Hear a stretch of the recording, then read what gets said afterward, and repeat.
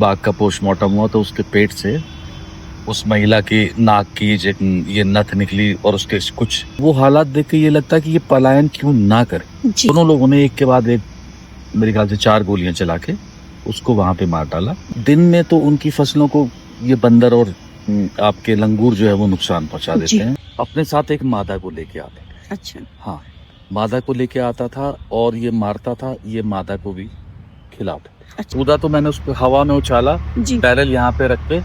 ऐसे भी गुलदार मैंने देखे हैं जिनके नाखून टूट गए, जिनके दांत टूट गए, उन्होंने पूरी जिंदगी गुजार ली लेकिन उन्होंने कभी किसी इंसान पे हमला नहीं। मैंने ऐसी महिलाएं देखी हैं कि जो कि अपनी सास ससुर की सेवा कर रही हैं, तो वो 2 बच्चों ने 1 महीने के अंदर एक नरभक्षी बाघ की वजह से अपने माता पिता को खो दिया, वो अनाथ हो गए।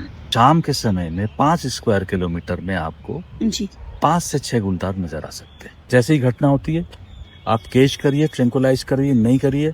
ये मादाओं को लेके आता था अपने साथ और उनको बिगाड़ता था। अच्छा। हाँ, कई लोग जो हैं वो गांव में अपना वापस आना चाहते हैं, कुछ लोग आए भी हैं। जी नमस्कार। उत्तराखंड जंगली जानवरों के आतंक से लगातार जूझ रहा है। वन्य जीव मानव संघर्ष जिस तरीके से उत्तराखंड में साल दर साल बढ़ता जा रहा है, उससे सबसे ज्यादा पलायन की मार उत्तराखंड के गांवों पर पड़ी है। बीते 8 माहों की यदि हम बात करें तो अकेले पौड़ी जिले के 50 किलोमीटर के दायरे में जितनी वारदातें हुई हैं वो कई सालों में 1 साल के भीतर हुआ करती थी। इस तरह जंगली जानवरों का बिल्कुल आतताई मोड में आ जाना, आखिर ये क्या स्थिति है? हम बता दें कि 1 रोज पूर्व ही पौड़ी जिले के कोट ब्लॉक में खांड्यूसैंण क्षेत्र के अंतर्गत वाडियों गांव में एक घटना हुई जिसमें एक 55 वर्षीय महिला पर इतना आक्रामक जो गुलदार था वो झपट पड़ा कि वो 3-4 घंटे तक वो एक ही जगह पर रहा और उसको जिस शिकारी ने मार गिराया वो उनका नाम है जॉय हुकिल। तो आज हम चर्चा कर रहे हैं उत्तराखंड में 50 गुलदारों को अपनी गोली से ढेर कर देने वाले शिकारी जॉय हुकिल से। हुकिल साहब नमस्कार। नमस्कार। जॉय साहब, आपने जिस तरीके से कल की जो वारदात हुई और उसके बाद 4 घंटे के भीतर ही गुलदार को ढेर कर दिया, किस तरीके की ये घटना थी? किस तरह से उत्तराखंड में गुलदारों के आतंक को आप देख रहे हैं? कल की घटना की अगर मैं आपको बात बताऊं तो कल जो है गुलदार ने जिस महिला को जो कि घास काटने गई थी अपने घर से कुछ ही दूरी को, और उसको गुलदार ने मार दिया, अपना निवाला बना दिया। और वहाँ पे एक पुराना मकान था, एक खंडर, जिसके की ऊपर की मंजिल पे वो उसको ले गया। पहले उसने उसके चेहरे को खाया जिससे उसका सर जो है वो धड़ से अलग हो गया। और पोस्टमार्टम में आज जो है उसके जब बाघ का पोस्टमार्टम हुआ तो उसके पेट से उस महिला की नाक की ये नथ निकली और उसके कुछ अंग भी उसमें मिले। तो जब हमें सूचना मिली तो हमको सूचना, मुझे लगता है हमको वहाँ पहुँचते बहुत थोड़ा टाइम लग गया। और जब वहाँ पे पहुँचे तो वहाँ पे बहुत ज़्यादा भीड़ थी जो कि आक्रोशित भी थी और भीड़ के साथ परिजन भी थे, जो सारे लोग बहुत दुखी थे। और उन लोगों ने जो है एक चारों तरफ वो लोग थे उस मकान के आसपास, और सारा प्रशासन भी वहाँ पर मौजूद था। तो जैसे ही हम पहुँचे हमने देखा कि भाई ये पूरा इलाका जो है वो एक खुला चीड़ का जंगल था जहाँ दूर दूर नजर पड़ती। तो हमने क्या करा कि मेरे जो साथी था विजय, उसका नाम है, बिज्जू हम उसे कहते हैं, तो उसको एक साइड से भेजा, एक साइड से मैं गया। मेरे साथ भी एक मेरा सहयोगी था, एक उसके साथ भी एक लड़का था। तो वो उस घर के ठीक पीछे जो है झाड़ियाँ थी। वो जो खंडर था बहुत ज्यादा झाड़ियाँ नहीं थी, मुश्किल से 10 मीटर का लंबा रहा होगा और गहराई सी थी। तो जब हमने वहां पे देखा तो हमें हल्का सा कहीं पे कुछ हरकत नजर आई, और जैसी वहां पे हमको हरकत नजर आई तो हमने तुरंत ही उसको वहां पर गोलियों से उसके, क्योंकि वो क्या कि जैसे उसने हम पे नजर पड़ी तो वो हमारी तरफ उसने आने की कोशिश करी। और फिर जैसी उस पे गोली लगी तो वो बाहर निकल के जा सकता था जिस तरफ सारी पब्लिक थी। तो हमने दोनों लोगों ने एक के बाद एक मेरे ख्याल से 4 गोलियां चला के उसको वहां पे मार डाला। तो वो नरबख्शी जो था वो मौके पे ही ढेर हो गया है। जी और अब गुलदारों की जहाँ तक देखिए संघर्ष की बात है, तो पिछले जब से उत्तराखंड बना है तो करीब करीब 600 लोगों को ये निवाला बना चुके हैं गुलदार जी। हिंसकों के, जी और साथ ही साथ करीब 2000 से ऊपर लोगों को इन्होंने बहुत बुरी तरह घायल किया। जी और अगर पूरे आप जानवरों के संघर्ष की बात करें तो देखिए कि गांव का जो जीवन है, गांव के जीवन में इंसान के पास करने के लिए सिर्फ दो ही काम है। जी। एक ट्रेडिशनली जो वो जी। लोग करते चले आए, खेती या फिर वो जानवर पालते जी। हैं। और जब वो खेती करते हैं उन्हें दूर भी जाना पड़ता है, खेत हैं उनके तो खेतों में भी दूर जाना पड़ता है, जानवरों के लिए घास लेने भी दूर जाना पड़ता है। जी उसके अलावा उनके पास कुछ काम नहीं होता है।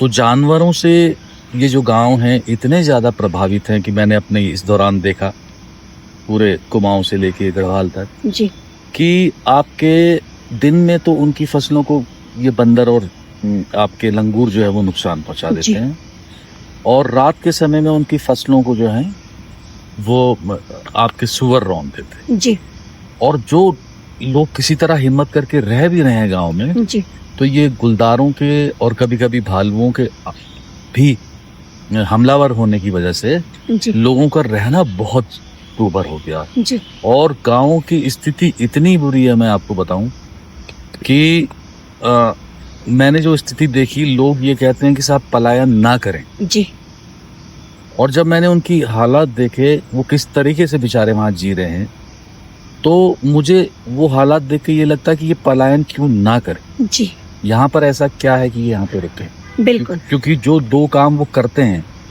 एक अपने पारंपरिक रूप से, जब वो वही नहीं कर पा रहे हैं तो गांव में रह के वो करेंगे क्या। जी तो ये बहुत ज़्यादा गंभीर समस्या है जिसको हम उतनी सीरियसली ले नहीं रहे। जी और हमारे देखिए शहरों की आत्मा भी गांव में बसती है, जी और अगर किसी शरीर की आत्मा ही मर जाएगी जी तो फिर तो शरीर भी प्रभावित होगा। बिल्कुल तो यह है कि हमको अपने गांव को संभालना होगा, संवारना होगा, और ये हमें अपनी नीतियों में चेंज करना जी पड़ेगा।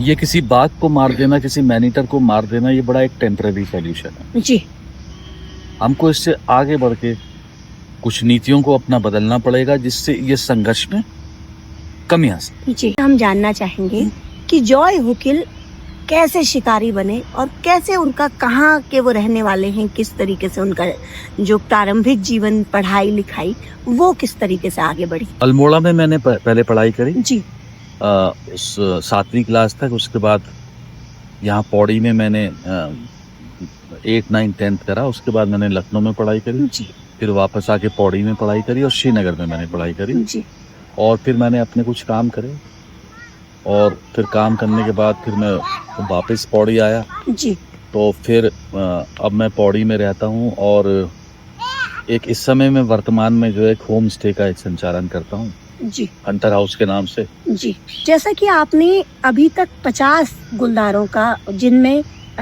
49 तो गुलदार हैं और एक बाघ है, जी जी तो अब तक 50 हो चुके हैं। मतलब जी जी।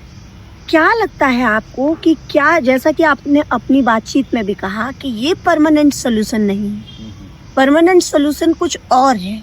जो वन्यजीव संरक्षण का जो कानून है वो किस तरीके से जो मानव जीवन की जो दशाएं हैं उनको प्रभावित कर रहा है, और क्या लगता है आपको, क्या गुलदार को मार देने भर से वो जो ग्रामीण हैं उनके मन का भय निकल जाता है क्या बाहर, या वो फिर उसके बाद से मजबूरी तो उसकी है कि वो अपने जीवन को फिर से उसी तरीके से चलाता रहे, अपने जो दैनिक जीवन है उसके कामों को करता रहे, लेकिन वो किस भय के साए में जीता है, हम आपकी जुबानी अपने दर्शकों तक पहुंचाना चाहेंगे।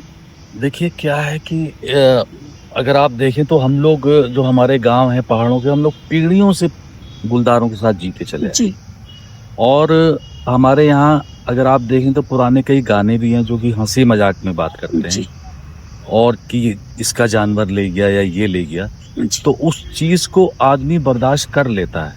जी हालांकि होता क्या है कि आप देखिए, परिवार ऐसे भी हैं जिनके लिए एक गाय की कीमत बहुत ज्यादा होती है, जी क्योंकि उसी गाय के दूध से उनके बच्चों को प्रोटीन मिलता है, दूध, और उसका भी उसका थोड़ा वो बेच भी लेते हैं, तो थोड़ा तो उनके लिए गाय उनकी बहुत बड़ी पूंजी होती जी है। तो अगर एक गुलदार उनकी गाय को मार दे तो उनकी पूरी आर्थिक स्थिति जो है वो चरमरा। जी लेकिन आदमी फिर भी उसको सह के जीता चला है। जी लेकिन जब किसी इंसान की जान ले लेता है कोई गुलदार, जी तो उस चीज की कोई भरपाई नहीं है, जी और वो बड़ा कष्टदायी होता है और बड़ा खौफनाक होता है। और किसी भी इलाके में आपका जैसे ही गुलदार नरभक्षी हो जाता है, जी तो वो एक सामाजिक और एक आर्थिक रूप को उनके जीवन को बहुत ज्यादा प्रभावित करता है। जी ये दो चीजें, जी उनका आर्थिक और सामाजिक जीवन बिल्कुल एकदम प्रभावित हो जाता है जैसे ही कोई गुलदार ने मैनेटिंग शुरू कर दी। जी।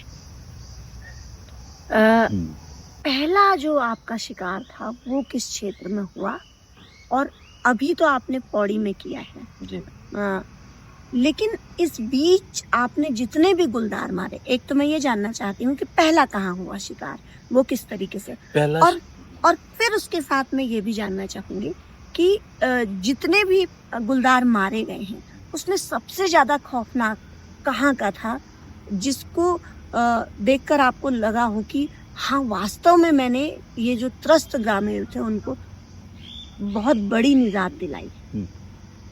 तो देखिए कि ये सारे ही गुलदार जब नरभक्षी हो जाते हैं तो ये सारे ही खतरनाक हो जाते हैं। जी और ये जितने बचते रहें, मतलब जितना लंबा इनकी ये चलेंगे ये उतना ही ज़्यादा खतरनाक हो जाते हैं और ग्रामीण के जीवन को ये प्रभावित करते हैं। जी लेकिन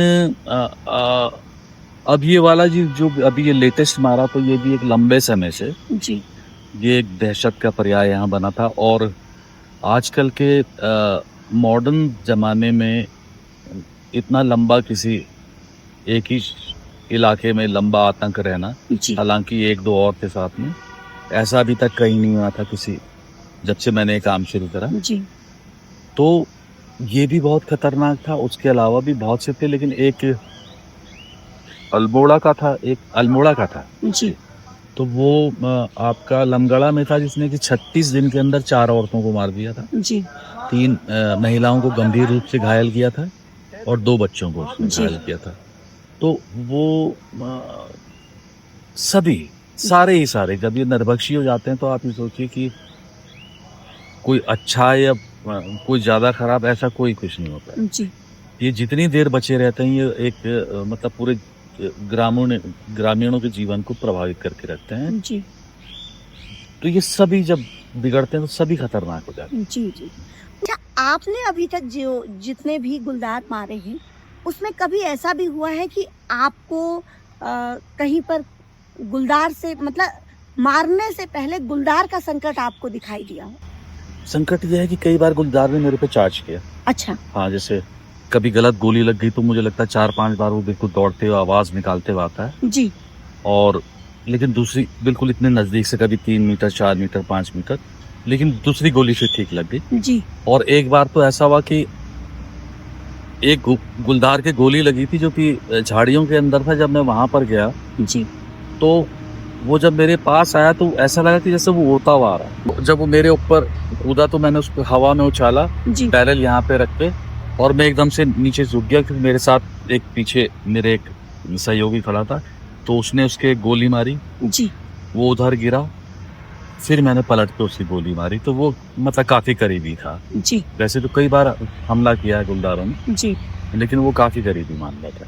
तो हमारे दर्शक इस बात को समझ सकते हैं कि जब एक शिकारी अपने मचान पर बैठा हुआ होता है या गुलदार पर गोली दाग रहा होता है तो उस वक्त उसको कितने एक्टिव मोड में काम करना पड़ता है।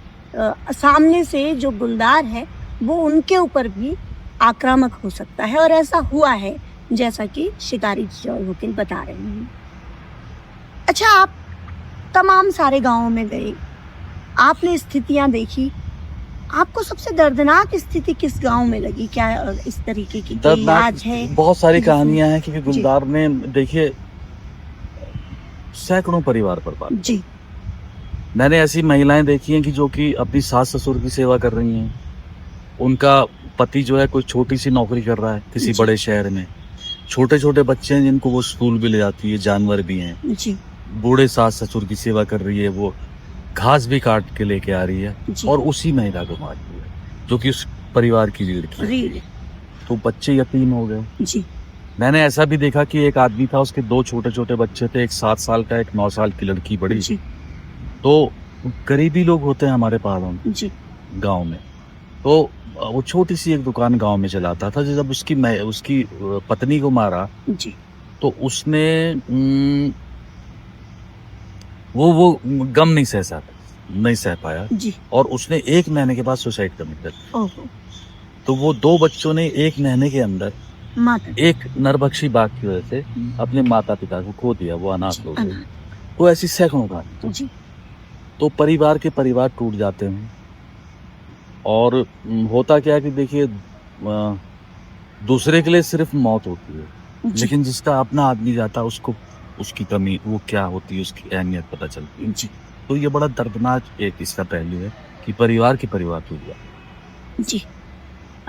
जिम कॉर्बेट के गुलदार से लेकर के कल जो आपने गुलदार को मार गिराया है, क्या लगता है इनके बिहेवियर का जो अंतर है वो क्या दिखाई देता है? देखिए, अंतर इनका सबसे बड़ी चीज क्या हो गई कि इस वक्त जो गुलदार है जी। उन्होंने शहरों के आसपास रहना सीख लिया जी। और शहरों के आसपास हमारे इतनी झाड़ियां हो गई हैं, जी। हमारे गांव के बस्तियों के पास इतनी झाड़ियां हो गई हैं जी। कि पहले होता क्या था कि वो रात में आते थे जी। और फिर चले जाते थे दूर कहीं जंगल में। जी। अब वो झाड़ियां होने की वजह से वो दिन में ही आपके पास आ जाते हैं। जी। और कई जगह तो ये है कि आप मेरे घर के पास ही जहाँ पे मैं रहता हूँ यहाँ चोपड़ा में, जी। तो हवाई दूरी मुश्किल से 500 मीटर होगी। तो कई सालों से गुलदार ऊपर बच्चे देता है, जी। कुछ गुलदार नीचे बच्चे देते हैं। जी। तो जो गुलदार के बच्चे वहाँ पैदा हुए हैं शहर के आसपास, उन बच्चों को गुलदार उस माँ ने उसी शहर से कुत्ते या बछड़े मार के उनका पेट पाला। जी। उन्होंने शहर ही देखा तो उनकी दुनिया वही रह जाती है। जी। तो उनको ये नहीं लगता कि हमारे लिए कोई है। तो वो अब क्या हो गया कि सारे उत्तराखंड के अंदर आपकी ये गुलदार जो हैं शहरों के पास आकर रहने के आदी हो गए जी। और शहर से ही अपनी भोजन व्यवस्था ये करते हैं। जी। हाँ। अभी वर्तमान में जो उत्तराखंड के भीतर जो स्थिति है उसमें वन विभाग ने इस तरीके की स्कीम भी की कि अब बाहर के जो शूटर हैं उनको हम नहीं व्यवस्था देंगे, उनसे हम नहीं गुलदार को मरवाएंगे, हमारे अपने शूटर तैनात होंगे। लेकिन हमने अपनी रिपोर्टिंग के दौरान ऐसा देखा कि कई महीनों तक वो जो आदमखोर गुलदार है वो दूसरा मामला कर जा रहा है, लेकिन जो उनके शिकारी हैं या जो उनके शूटर हैं वो कामयाब नहीं हो पा रहे हैं और उसके बाद उनको शिकारियों की तैनाती करनी ही पड़ रही है। तो इस पर आप क्या कहेंगे? मैं तो पहले ये कहूँगा कि देखिए ऐसा है कि इनके पास शिकारी हैं जी। सबसे पहली बात जी। है। और आप किसी इंसान को, किसी व्यक्ति को फॉरेस्ट में भर्ती करके शिकारी नहीं बना सकते। जी। आप एक शिकारी को तो फॉरेस्ट में भर्ती कर सकते हैं जी। लेकिन किसी को आप जबरदस्ती नहीं बना सकते। तो कोई ऐसा इंटरेस्ट लेता भी नहीं जी। जो सरकारी उसमें आ जाता नौकरी में, जी। वो कोई उसमें कोई ऐसा इंटरेस्ट लेता नहीं है और उनको उसकी कोई ट्रेनिंग भी नहीं है और अपने इनके कुछ कहने के लिए हैं जो ट्रैंक्विलाइज करते हैं, जी। लेकिन उनको गोली चलाने का ऐसा है। तो इनके पास हकीकत में कोई शिकारी नहीं है और शिकारी इनको रखने पड़ेंगे अगर ऐसा है। जी। और क्या कहते हैं, उनको ट्रेनिंग प्रॉपर देनी पड़ेगी। उसके लिए मुझे भी जितना आता है, मैंने भी उनसे कहा है, मैंने भी जितना सीखा है, जो भी मुझे आता है मैं सिखाने के लिए उनको तैयार हूँ। जी। तो इस संघर्ष को देखते हुए उनको अपने, अगर वो बाहर के शिकारियों को अलाउ नहीं कर रहे हैं जी। तो उनको अपने शिकारी रखने पड़ेंगे, क्योंकि ये संघर्ष तो चलता ही रहेगा। जी। और एक शिकारी की, इस संघर्ष के पीछे एक शिकारी की जरूरत हमेशा रहेगी, पहले भी थी, सैकड़ों साल पहले भी, जी। और आगे भी रहेगी। जी। मानव वन्य जीव संघर्ष इतना पेचीदा हो गया है कि पौड़ी जिले के अंतर्गत इन 8 महीनों में हम देखें तो 16 घटनाएं हो गई, उसमें से 3 गुलदार तो आपने ही मार गिराए हैं इन 6 महीनों के भीतर। क्या सिमिलरिटी आपने देखी इन गुलदारों के भीतर और किस तरीके की मनोदशा आपने ग्रामीणों के बीच में देखी है? वो क्या सोच रहे हैं, वो किस तरीके की स्थितियों में जी रहे हैं, सरकार को क्या संदेश देना चाहेंगे? देखिए, ग्रामीणों की तो स्थिति यह है कि आपके बहुत सारे कमियां होने के बावजूद वो गांव में रह रहे हैं और पलायन के लिए मजबूर हैं। जी लेकिन पलायन का बहुत बड़ा कारण ये जंगली जानवर भी हैं जी और उनकी मनोदशा यह है कि वो लोग टूटते जा रहे हैं। वो गांव में मतलब जब इस तरीके से जब उनके जानवरों को मारते हैं तो आर्थिक रूप से तो टूट ही जाते हैं। जी लेकिन जब इंसानों की जान लेने लगते हैं तो बहुत सारे मैंने गांव वाले देखे इसमें जी कि उनके जैसे रिश्तेदार बाप हैं तो वो कहते हैं साहब आप आ जाइए यहाँ जी से, आप यहाँ आके रहिए, या हम जा रहे हैं यहाँ से छोड़ के जा रहे हैं, या बच्चों को हम छोटे से कमरे में रह लेंगे, छोटी नौकरी कर लेंगे, किसी भी तरीके से जी चले जाएंगे। तो वो पलायन के लिए मजबूर हैं, तो उनकी मनोदशा बहुत ही जी वो है।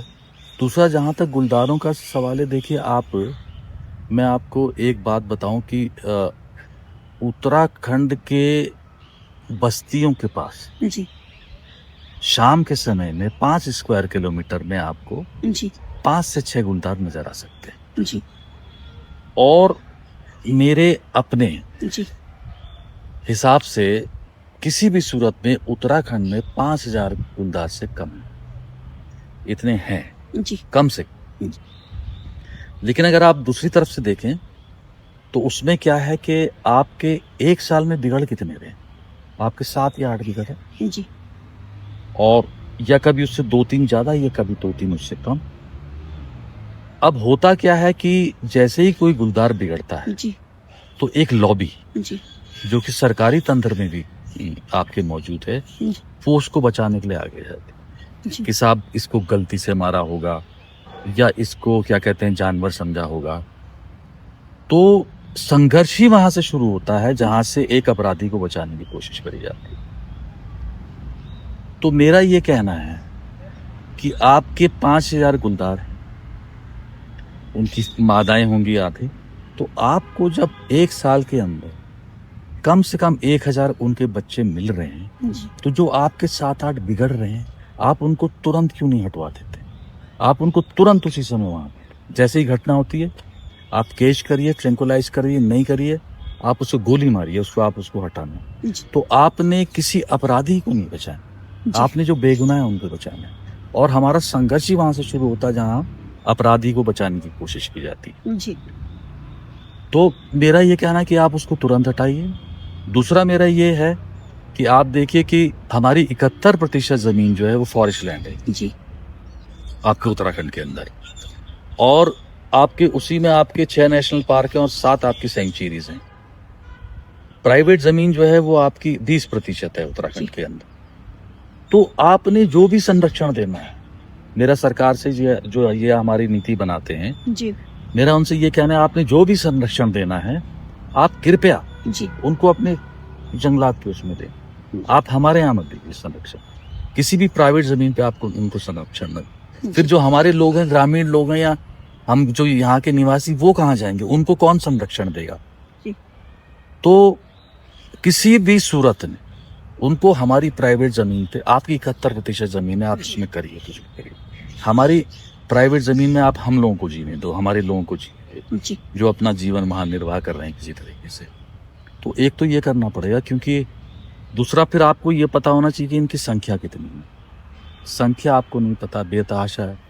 गुलदार एक ऐसा प्राणी है, उसको प्रकृति ने मांसाहारी बनाया, जी वो किसी को दुश्मनी में नहीं मारता, उसको जब भूख लगती है वो तब मारता। जी तो उनको तुरंत हटाया जाए। आप कितने पाल सकते हैं, सब एक बड़ा साइंटिफिक तरीके से करना पड़ेगा।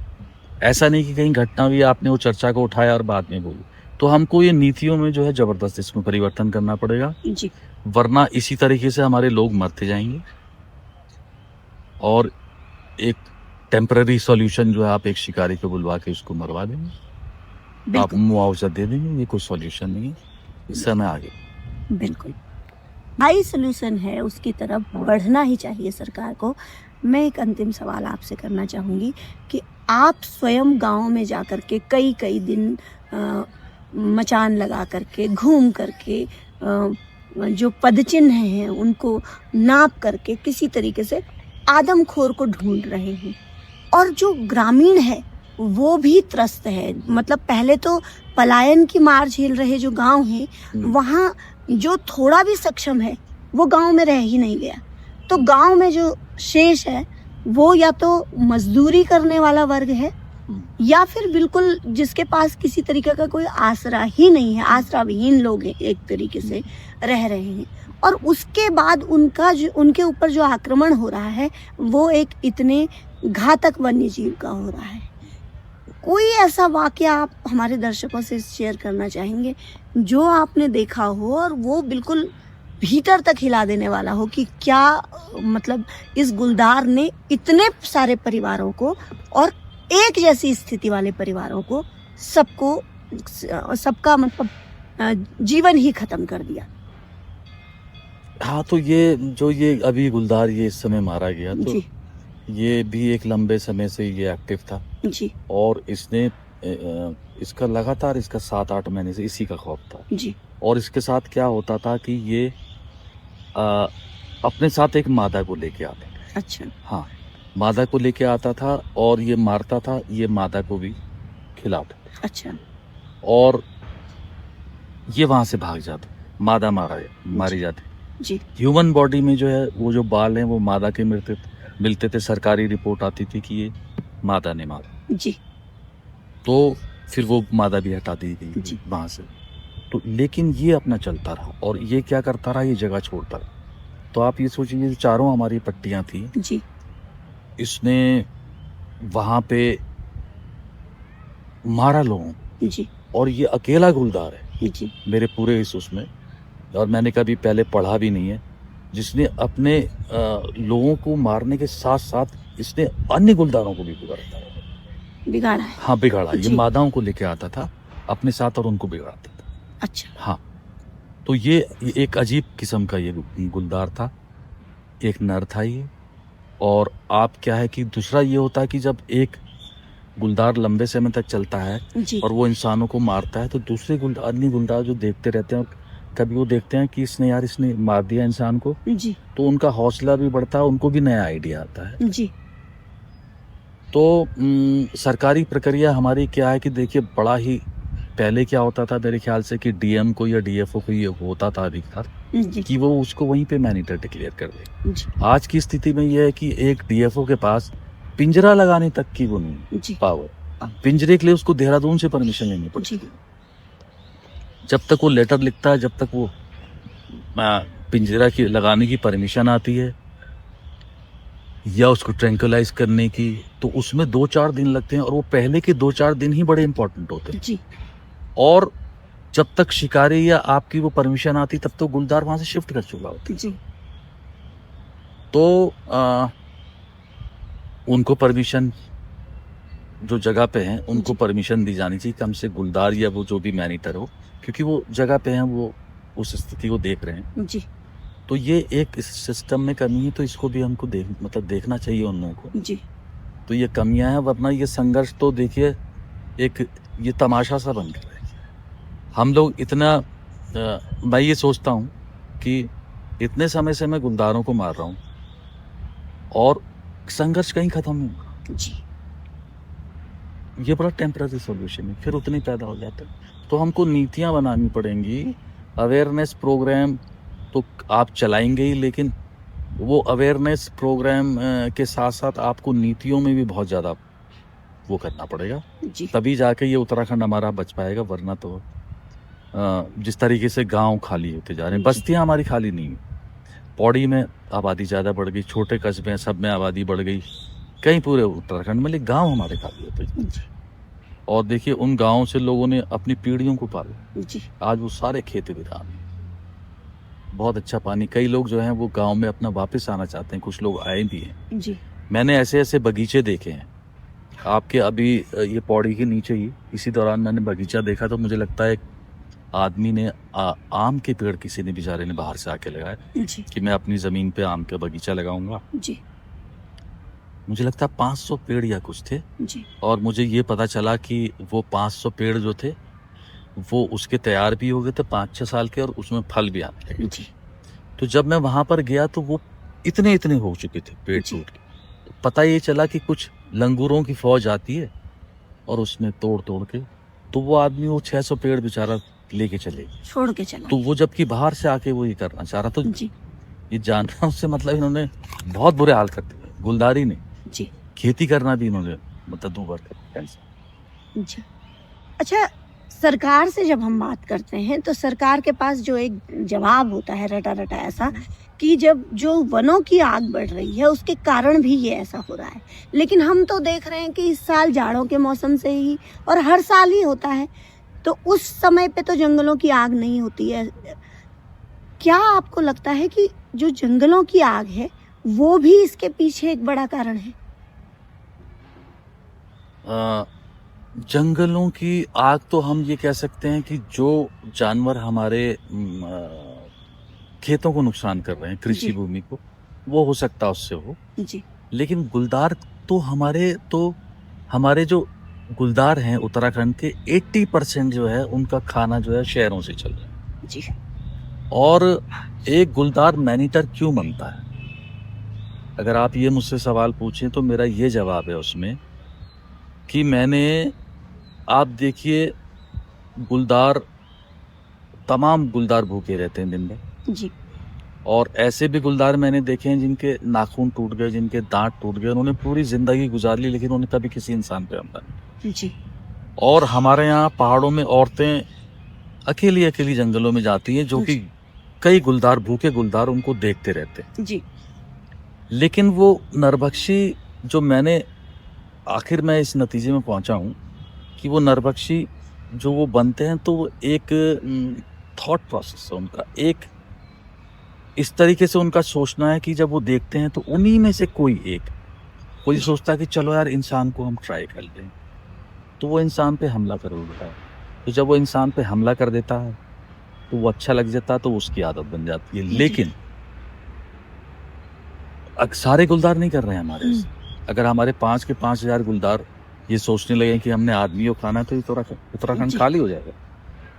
मुश्किल से आपके साथ 1 साल में गुजरेगा, 2-3 ऊपर या 2-3। लेकिन घटनाएं तो जगह जगह हो रही हैं। हाँ, जगह जगह हो रही है, लेकिन अगर आप गुलदारों की संख्या देखेंगे कितने बिगड़ रहे हैं, तो आप अगर एवरेज उसका निकालेंगे तो मुझे लग रहा है पिछले कुछ साल में 7 या 8 पूरे उत्तराखंड में बिगड़े, इससे ज्यादा नहीं बिगड़े। जी।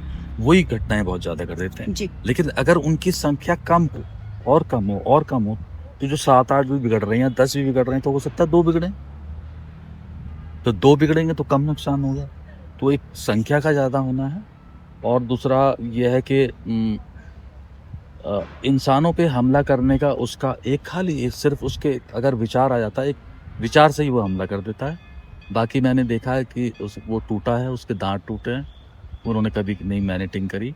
और कोई बिल्कुल स्वस्थ है, जो मुझे लगता है मैंने जो 50% मारे हैं वो उसमें बिल्कुल स्वस्थ है, लेकिन एक विचार आने से कर दिया उन्होंने। जी। आदमी को ट्राई करे, उसके जो बगल में गुलदार है उसके नहीं आया विचार, उसने नहीं करा आदमी को। सेम कंडीशन में वो कुछ ऐसा है जैसे हम लोग इंसान हैं, हम लोग एक ही प्रेशर में कोई चोरी करने लगता है, कोई कत्ल भी कर लेता, लेकिन बाकी लोग अपना जीवन जीते हैं। तो करीब वो सही। जी। आपने कहा कि संख्या की आपने बात की। जी। और जो पौड़ी में ये नर गुलदार मार गिराया है आपने कल, आपने कहा कि उसकी एक आदत थी कि वो मादा गुलदार को साथ में लेकर के आता था, और साथ में आपने ये भी कहा कि वो अन्य को भी बिगाड़ रहा था। तो ये तो मारा गया है, 2 मादा गुलदार भी मार दी गई हैं। क्या लगता है आपको कि अभी इस रेंज में जहाँ लोग इतने त्रस्त हुए और अब उनको एक बात ये लगने लगी थी कि अब तो मारा ही गया, क्या अभी भी संभावना बनी हुई है? अभी भी सतर्क रहने की जरूरत है? देखिए, सतर्क तो आपको हमेशा बना। जी। पहाड़ों के ये इतने ज्यादा गुलदार हैं कि मैं जब अपनी गाड़ी खड़ी करके अपने घर जाता हूँ, मुश्किल से 10 मीटर भी नहीं है गैरेज से खड़ा करके, तो कभी देर में रात होती तो मैं चारों तरफ टॉर्च लगा के इधर उधर देख के अपने घर में जाता हूँ। और गांव वाले तो बेचारे पूरा दिन भर ही उनका संकट में ही रहता, बेचारे अलग करते हैं। जी। तो उनके ऊपर तो हमेशा संकट। जी। अब जिस गुलदार ने आदमियों को खाना शुरू करा वो तो मारा ही है। जी। लेकिन किस गुलदार के कब ये विचार आ जाए कि चलो हम इंसान को मारने वाला बनाए, तो खतरे में तो सारा हमारा उत्तराखंड जी। बहुत बुरी तरीके से। और क्योंकि वो जानवर है, आपको नहीं पता कब उसके विचार आ जाए और वो आप पे हमला करे, तो उसमें तो सतर्क भी रहना है और नीतियों में भी बहुत जबरदस्त उसमें परिवर्तन करना पड़ेगा। जी। जी।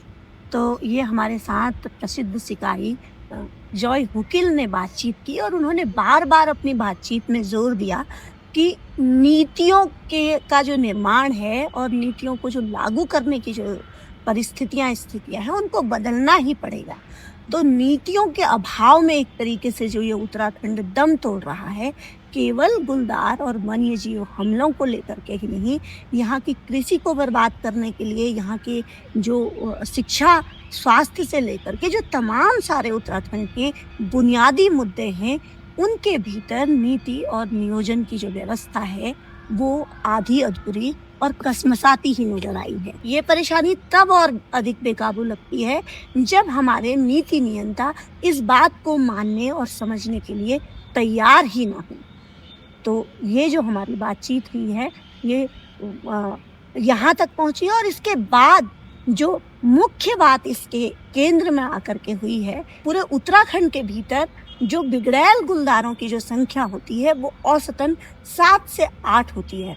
तो जिस तरीके से हमारी पुलिसिंग को हम बार बार टोकते दिखाई देते हैं कि वो अपराध को संरक्षण दे रही है, बढ़ावा दे रही है, उसको रोकने के लिए अपराधियों के गिरेबान तक उन्हें पहुंचना पड़ेगा। तो यहाँ भी कमोवेश यही स्थिति दिखाई देती है। शिकारी जॉय हुकिल के साथ हमारी जो ये बातचीत हुई है उसमें ये संदर्भ निकल करके आए हैं। आगे उनसे और बातचीत होगी, अन्य पहलुओं पर हम बातचीत करेंगे।